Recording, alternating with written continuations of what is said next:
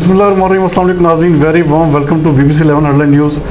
नाज़रीन, जैसा कि पिछले चंद दिनों से जो सोशल मीडिया देखें, इलेक्ट्रॉनिक मीडिया देखें और इंटरनेशनली जो है मियां नवाज शरीफ बहुत ज़्यादा यकदम एक्टिव हो गए हैं और इस हवाले से मुसलसल वो पाक फ़ौज को, पाकिस्तानी इदारों को क्रिटिसाइज़ भी कर रहे हैं। इस हवाले से सारे सिनेरियो पे बात करने के लिए आज हमने खुसूसी तौर पे मदऊ किया अपने स्टूडियो में मेजर तासीर इकराम राना को, जो कि एक दिफाई तजिया कार भी हैं और उसके साथ साथ फैसलाबाद वॉरियर्स के चेयरमैन भी हैं। कैसे हैं मेजर साहब, आप ठीक ठाक हैं? जी अल्हम्दुलिल्लाह, अस्सलाम वालेकुम रहमतुल्लाह। मेरे साहब, सबसे पहले बताइएगा कि इस वक्त रियासत पाकिस्तान के ऊपर मुकम्मल तौर पे जो क्रिटिसिज्म है लंदन से हो रहा है और पहले एक अल्ताफ़ हुसैन थे, वो बड़ी सख्त तनकीद करते थे वहाँ पे बैठ के, तो अब वो सीट जो है वो क्या आप समझते हैं कि मियां नवाज शरीफ ने संभाल ली है? तो इस सारे सिनेरियो में रियासत जो है वो क्या सोच रही है, क्या करना चाहिए इस हवाले से? ये सारे सिनेरियो को आप कैसे देख रहे हैं? जी बिस्मिल्लाहिर्रहमानिर्रहीम। सबसे पहले तो बात ये है कि जैसे हम कहते हैं, सबसे पहले पाकिस्तान का सबसे बड़ा अलमिया आज तक ये रहा है कि हमें ऐसे लीडर नसीब ही नहीं हुए जो इस मुल्क से सही मानों में वफ़ादारी करते हों या अपने मफादात से हट के सिर्फ पाकिस्तान के बारे में सोचते हों। इस वक्त मुस्लिम लीग नवाज़ का जो मौक़िफ़ सामने नज़र आ रहा है, ना सिर्फ ये कि सिर्फ नवाज़ शरीफ साहब बल्कि उनकी पूरी जो टीम है, पूरी पार्टी जो है वो आप देख रहे होंगे सोशल मीडिया पे लगातार पाकिस्तान के ख़िलाफ़, पाकिस्तान आर्मी के ख़िलाफ़ बात कर रहे हैं और वो शायद ये समझ रहे हैं कि ऐसा कुछ करने से उनका जो पॉलिटिकल स्टांस है वो बढ़ जाएगा या उनका कद बढ़ जाएगा। ऐसा नहीं होगा। रियासत जो है, जैसा आपने मेंशन किया कि रियासत जो है वो एक माँ की तरह से होती है और वो अपने अंदर मौजूद हर बंदे का मुफाद जो है उसको प्रोटेक्ट करने की कोशिश करती है। इस वक्त जो मौजूदा सेटअप है उसका अगर आप तज्जिया करें पिछले 2 साल में, तो आपको ये अंदाज़ा होगा कि जो इस्टेब्लिशमेंट है या जो रियासत के जो बाकी सतून हैं वो नज़र आते हैं इन लोगों को बर्दाश्त करते हुए। रियासत दरअसल क्या है? रियासत मैं और आप, हम सब रियासत का ही हिस्सा हैं। जब हम कौम कहते हैं तो कौम में हम सब शामिल हो जाते हैं, लेकिन रियासत जो है वो एक टेक्निकल टर्म है। अपने अफवाज को बुरा भला कहना या इस मुल्क में ख़ास तौर पर, जैसे मैं अपने पिछले प्रोग्राम में भी ये कहता रहा हूँ कि पाकिस्तान एक मुख्तलिफ मुल्क है। यहाँ पे फ़ौज का जो किरदार है वो हमेशा से एक प्रोमिनेंट रोल के तौर पर रहेगा, क्योंकि हम घिरे हुए हैं ना सिर्फ ऐसे दुश्मनों में जो हमें बाहर से कमज़ोर करना चाह रहे हैं, बल्कि ऐसे दुश्मनों में भी जो हमारे अंदर से हमें खोखला करना चाह रहे हैं। करप्शन के ज़रिए, दुश्मन के साथ इत्तेहाद या उनके साथ ताल्लुकात के ज़रिए, अपनी ज़ातियात और अपने मफादात के ज़रिए इस रियासत को, इस मुल्क को कमज़ोर करना, ऐसा लगता है कि इनका एजेंडा है। जैसे पहले अल्ताफ़ हुसैन साहब वहाँ पे बैठ के बातें करते थे, अब वही बातें जो हैं अगर नवाज़ शरीफ साहब कर रहे हैं तो एक माइंडसेट तो समझ में आता है कि इनके पीछे जो लोग खड़े हैं वो वही हैं जो अल्ताफ़ हुसैन के पीछे भी थे। 3 अरब या कुछ जो भी इनकी करप्शन का पैसा वहाँ पे लगा हुआ है। कौन सा मुल्क है जो इतने बड़े इन्वेस्टर को सपोर्ट नहीं करेगा? अमेरिका हो, यूके हो, इसराइल हो या इंडिया हो, ये सब लोग अपने मफादात की जंग खेलते हैं। इन लोगों का आपको पता है, मेरे ख्याल ये कोई ढकी छुपी बात नहीं कि मैं इसको कोई पर्दे में रख के बात करूं। इन लोगों की इन्वेस्टमेंट जो है वो भारत में भी हैं, इन लोगों की इन्वेस्टमेंट यूएई में भी हैं, इसराइली जो यहूदी हैं उनके साथ भी हैं, और लंदन में तो आपको पता ही है कि किस कदर है। तो वो जाहिर है इस वक्त मैं ये समझता हूँ कि यूके भी उनको सपोर्ट कर रहा है, यूएस भी सपोर्ट कर रहा है, इसराइल भी सपोर्ट कर रहा है। बात है ये सब इस हवाले से अगर देखें, हुकूमत ना चाहे कि उस मुल्क में एक बंदा बैठा हुआ कोई बयानबाजी करे, तकरीरबाजी करे, तो मेरे ख्याल में वो कर भी नहीं सकते अगर यूके की गवर्नमेंट की इसमें जो है ना मुकम्मल तौर पर उनको आशीर्वाद ना हो तो। जी बिल्कुल, आपने दुरुस्त फरमाया। मैं यही अर्ज़ कर रहा हूँ कि बेसिकली देखिए ना, आप किसी भी प्लेटफॉर्म से बैठ के जब बात करते हैं, किसी भी मुल्क से बात करते हैं, तो उस मुल्क की पुष्ट पनाही हासिल है तो आप बात कर रहे हैं।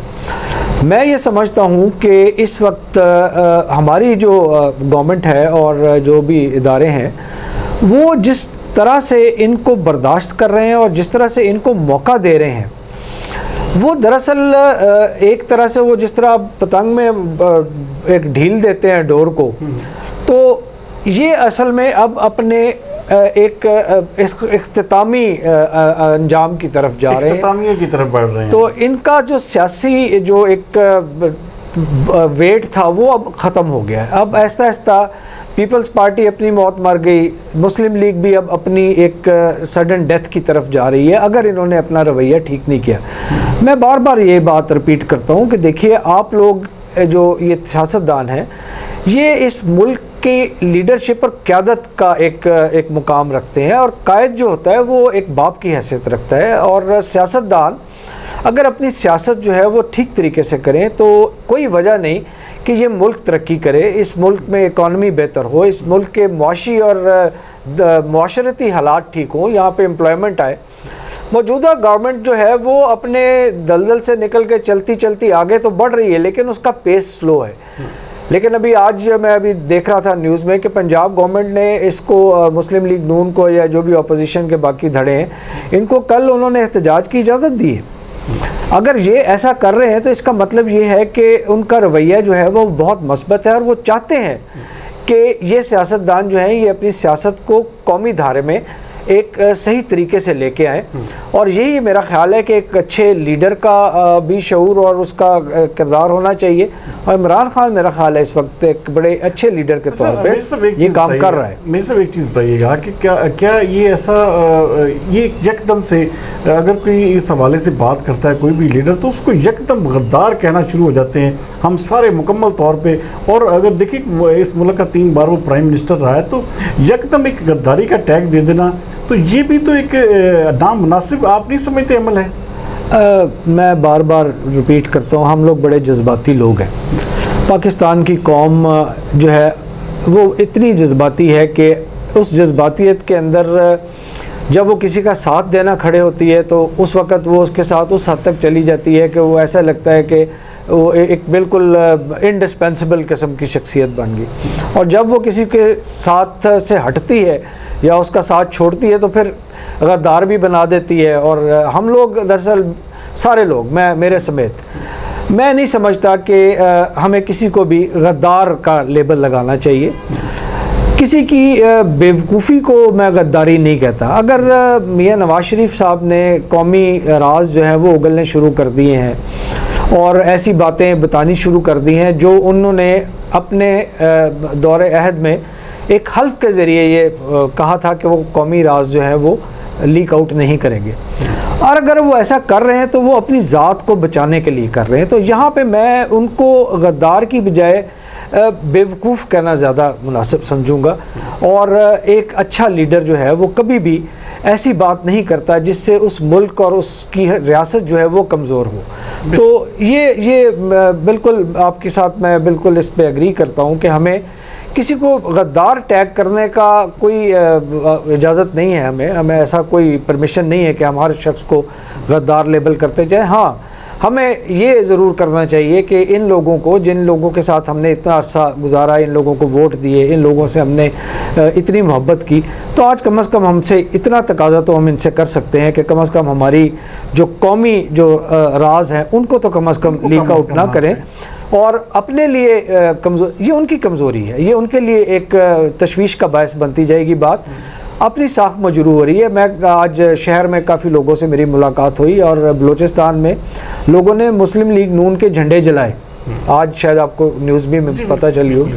तो एक नफ़रत का इजहार जो है वो शुरू हो गया। और मैं देख रहा था कैप्टन सफदर साहब का इंटरव्यू था, बीबी मरीम नवाज शरीफ का इंटरव्यू था, अपने बहुत सारे और इनके जो लीडर्स हैं उनके मैं इंटरव्यू देख रहा था, जो बराह रास्त ऐसी बातें कर रहे हैं जिससे ना सिर्फ ये कि रियासत और ख़ास तौर पे फ़ौज के ख़िलाफ़ शदीद नफ़रत का इज़हार किया कि आने वाले वक्त में फिर इनके साथ होगा क्या करेगी हुकूमत, या इस हवाले से पाक फ़ौज क्या कहेगी, इस हवाले से कौन सा ऐसा जिसे कहते हैं कि टूल इख्तियार करेगी जिससे ये सारा अमल जो है रुके? देखिए जी, पहले तो आइन साजी की गई है इस सिलसिले में कि फ़ौज के ख़िलाफ़ जो बातचीत की जाएगी उसको एक कानूनी हैसियत दी जाए कि ऐसा करना ममनू है। दूसरी बात यह है कि मैं नहीं समझता कि जनरल बाजवा साहब जैसा जो लीडर है और जो कमांडर है, और ख़ास तौर पे इमरान खान साहब, हम्बल किस्म के इंसान, बिल्कुल उन्होंने पहली अपनी जो बात कही थी वो यही कही थी कि हम कानून की और आइन की बालादस्ती चाहते हैं, हम जमहूरियत का तसलसल चाहते हैं। मेरा ख़्याल है जितना कीचड़ जनरल बाजवा साहब के ख़िलाफ़ और फ़ौज के ख़िलाफ़ उछाला गया, इमरान खान साहब के ख़िलाफ़ उछाला जा रहा है और अब भी फ़ौज के ख़िलाफ़ किया जा रहा है, इस वक्त कोई और होता तो शायद बहुत सख्त इक़दाम करता, को मार्शल लॉ लग जाता या कुछ और करता, लेकिन उन्होंने ऐसा कुछ नहीं किया बल्कि इनको इनके हाल पे छोड़ दिया। अब मौलाना फजलुर रहमान साहब जो हैं वो भी आगे एक जो भी इनका वो इत्तेहाद बन रहा है उसके लीडर बन के सामने आ रहे हैं। सबके करैक्टर आपके सामने, इनमें से कौन सा ऐसा लीडर है या ऐसा कौन सा एक शख्स है जिसको आप ये कह सकते हैं ये करप्शन के दायरे से? आप सही कह रहे हैं, लेकिन असल में हुकूमत वो परफॉर्म भी तो नहीं कर पा रही ना। सबसे बड़ा इशू हमारे मुल्क में गवर्नेंस का है।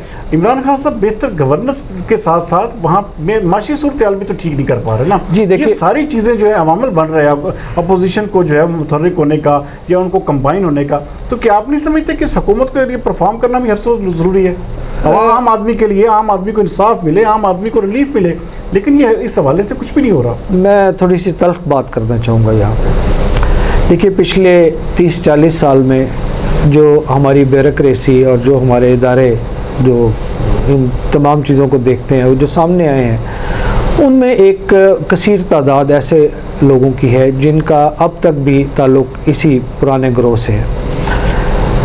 चलने के लिए हुकूमत को हर बंदे की ज़रूरत होती है, हर बंदे की सपोर्ट की ज़रूरत होती है, इदारों के सपोर्ट की ज़रूरत होती है। अगर एक मुनज़्ज़म तंजीम साजी करके और उस तरीके से अगर आप इस हुकूमत को फेल करने के लिए इक़दाम करेंगे, मैंने पिछले दिन भी आपको बताया था और शायद आपसे मैं बात कर रहा था कि आप अगर मंडी में जाएं और मंडी में जाके वहाँ के रेट्स लें और फिर आके रेडी वाले के रेट्स लें तो आपको ज़मीन आसमान का फ़र्क नज़र आएगा। तो लेकिन मेजर साहब, मैं आपकी बात करते हुए ये करना भी तो हुकूमत ने है ना कि भाई मंडी को भी चेक करे, रेडी को भी चेक करे और उसके ऊपर सख्त तरीन सजाएं रखे कि ये जो एक मसनूई महंगाई का बुहरान या इस तरह की मसनूई महंगाई पैदा करने की कोशिश की जा रही है, तो इसको रोकना भी तो हुकूमत ने है ना। जी, मैं वही अर्ज़ कर रहा हूँ ना जी, हुकूमत के जो टूल्स हैं वो कौन लोग हैं? हुकूमत के टूल्स तो सारे यही लोग हैं जो इस वक्त इदारों को कमांड कर रहे हैं, इनको लीड कर रहे हैं। जब उन्होंने इंटरेस्ट नहीं लेना तो ऊपर से इमरान खान, आप डिस्ट्रिक्ट चले जाएं, आप डीसीज जो हैं, एसीज जो हैं, सब के सब पाकिस्तान तहरीक इंसाफ की हुकूमत के लगाए हुए हैं जी। अब इसमें तो ऐसा कोई भी नहीं है ना जो नून लीग का कोई बंदा हो या किसी और पार्टी का कोई बंदा हो। जी, मैं यही अर्ज़ कर रहा हूँ कि इस वक्त एक ट्रांजिशनरी फेज़ है जहाँ पे एक सिलेक्शन और नए लोगों को आगे लाया जा रहा है। इस पर आपकी फैसलाबाद की इंतज़ामिया जो है बेहतरीन इंतज़ामिया इस वक्त है। आपकी पुलिस को आप देख लें, आपके CPO साहब के कारनामे आपके सामने हैं, आपके DC साहब, आपके कमिश्नर साहब, सारे लोग जो हैं बड़ी तगोदो से लगे काम कर रहे हैं। इसी तरह से हर जगह पे लोग जो हैं वो अपना अपना काम कर रहे हैं। सिर्फ जो चीज़ सामने नहीं आ रही वो ये है कि जो मीडिया का एक रोल है, जो पॉजिटिविटी को प्रमोट करना, वो नहीं हो रहा। आपको हमेशा बुरी चीज़ दिखाई जा रही है और वो चीज़ें दिखाई जा रही हैं जिनसे मनफियत या नेगेटिविटी पैदा होती है। तो यहाँ पे एक पूरी टीम वर्क चाहिए ना सरदार साहब। वो पूरा टीम वर्क तब बनेगा जब तमाम लोग एक पेज पे होंगे। अभी तक हम बिखरे हुए हैं, हम टूटे हुए लोग हैं। हमारी कौम जो वोटर है वो भी अभी तक तकसीम है, हमारा लीडरशिप भी तकसीम है, हमारा तमाम सिस्टम जो है वो टॉपसी टर्वी है। उसको लाइन पे लाने के लिए, उसको स्ट्रीमलाइन करने के लिए दरकार है, एक टाइम चाहिए। मैं बिल्कुल प्रोग्राम के लास्ट में मैं आपसे ये जानना चाहूँगा कि ये सारी सूरत हाल आपके ख्याल में, आपके तनाजुर में, आपकी तज़िये के मुताबिक कहाँ पे जाकर रुकेगी? ये जो सारे का सारा एक पूरा सिनेरियो बन रहा है इंटरनेशनली, जो पूरे के पूरे मुल्क जो है इस तरह इकट्ठे होकर वो जिस तरह की अगर ये बात सही है कि मियाँ नवाज शरीफ को इस तरह यूज़ किया जा रहा है, तो ये तो इंतहाई ख़तरनाक बात है। आप क्या समझते हैं कि इसका एंड क्या होगा? कोई ख़तरा नहीं है जी। नवाज शरीफ से इस मुल्क को कोई ख़तरा नहीं है, फजल रहमान से इस मुल्क को कोई ख़तरा नहीं है, किसी भी बंदे से इस मुल्क को कोई ख़तरा नहीं है। मुल्क अल्हम्दुलिल्लाह अपनी जगह पे बरकरार है, कायम है। और कायद-ए-आज़म ने कहा था कि no power on the earth can undo Pakistan, no power on earth can really do undo Pakistan. हमारे जो लीडरशिप इस वक्त मौजूद है, पाक फ़ौज के बगैर पाकिस्तान की हैसियत जो है वो बिल्कुल ऐसे ही है जैसे हम टांगों के बगैर हो जाए, ज़ीरो हो जाते हैं। पाक फ़ौज का रोल जो है वो हर एक को खटकता है, चुभता है। बाजवा साहब की डॉक्ट्रिन जो है वो बिल्कुल क्लियर और साफ़ है कि वो किसी किस्म की कन्फ्रंट्रेशन की पॉलिसीज़ में पढ़ना नहीं चाहता। उन्होंने हुकूमत को भी इस एंड क्या आप क्या समझते, क्या एंड क्या होगा इस सारे मामले का? एंड इसका जी ये है कि इस वक्त हम अपनी मुआशी जो तरक्की है उसकी रेल पे हम चढ़ चुके हैं, रनवे पे हम आ चुके हैं। इन 2 सालों में जो घाटे थे वो कुछ ना कुछ रिकवर हो गए हैं और अब हम मईशत की बेहतरी की तरफ जा रहे हैं। पिछले प्रोग्राम में भी आपने जनरल आसिफ बाजवा की जिक्र किया सी पैक के हवाले से। सी पैक अपने पूरे फुल जूम के साथ और बूम के साथ आगे बढ़ रही है। अगले 3 साल जो हैं ये इस हुकूमत के लिए भी और इस कौम के लिए भी बड़े क्रूशल हैं। हमें वक्त देना है, हमें वक्त देना है इन सियासी लीडरों को भी जो इस वक्त दुश्मन के हाथ में खेल रहे हैं। हमें वक्त देना है इस हुकूमत को भी कि ये भी आगे अपना काम कर सके। इसको टाइम देना है, इसके रास्ते में रोड़े अटकाने, हमें इसका रास्ता रोकना नहीं है। मेरी ख्वाहिश यही होगी और मेरी दुआ भी यही है कि अल्लाह तबारक व तआला इस हुकूमत को अपने 5 साल मुकम्मल करने की तौफीक अता फरमाए। इस वक्त शायद इमरान खान साहब के ज़हन में कोई किसी किस्म का रहे ना, कोई ऐसा गुमान ना रहे कि मुझे टाइम नहीं मिला, टाइम नहीं मिला, परफॉर्म नहीं कर सका। जी मैं परफॉर्म नहीं कर सका। और मैं आपको यकीन से ये बात कह सकता हूँ कि इस वक्त पाकिस्तान जो है वो इतना कमज़ोर नहीं जितना उसको दिखाया जा रहा है। और हम लोग ये समझते हैं बहैसियत कौम कि शायद चीज़ें बहुत दगरगूं हो गई हैं या बहुत ख़राब हो गई हैं, मगर ऐसा नहीं है। हम लोग अल्हम्दुलिल्लाह तरक्की कर रहे हैं, बहुत आगे बढ़ रहे हैं। बैनुल अक़वामी तौर पे हमारी साख बहुत बेहतर हुई है और इस वक्त जो जिसका किरदार है, जिस इदारे का जो किरदार है वो अपना भरपूर किरदार अदा कर रहा है। और एक दफ़ा फिर मैं यहाँ पे आपसे ख़ास तौर पे मीडिया, मैं जब आप कहता हूँ तो आपसे मैं मीडिया कहता हूँ, मैं मीडिया से दरख्वास्त करूँगा कि देखिए ये वक्त इस कौम को उठाने का है, ये कौम को गिराने का नहीं, इनका मोरल डाउन करने का टाइम नहीं है।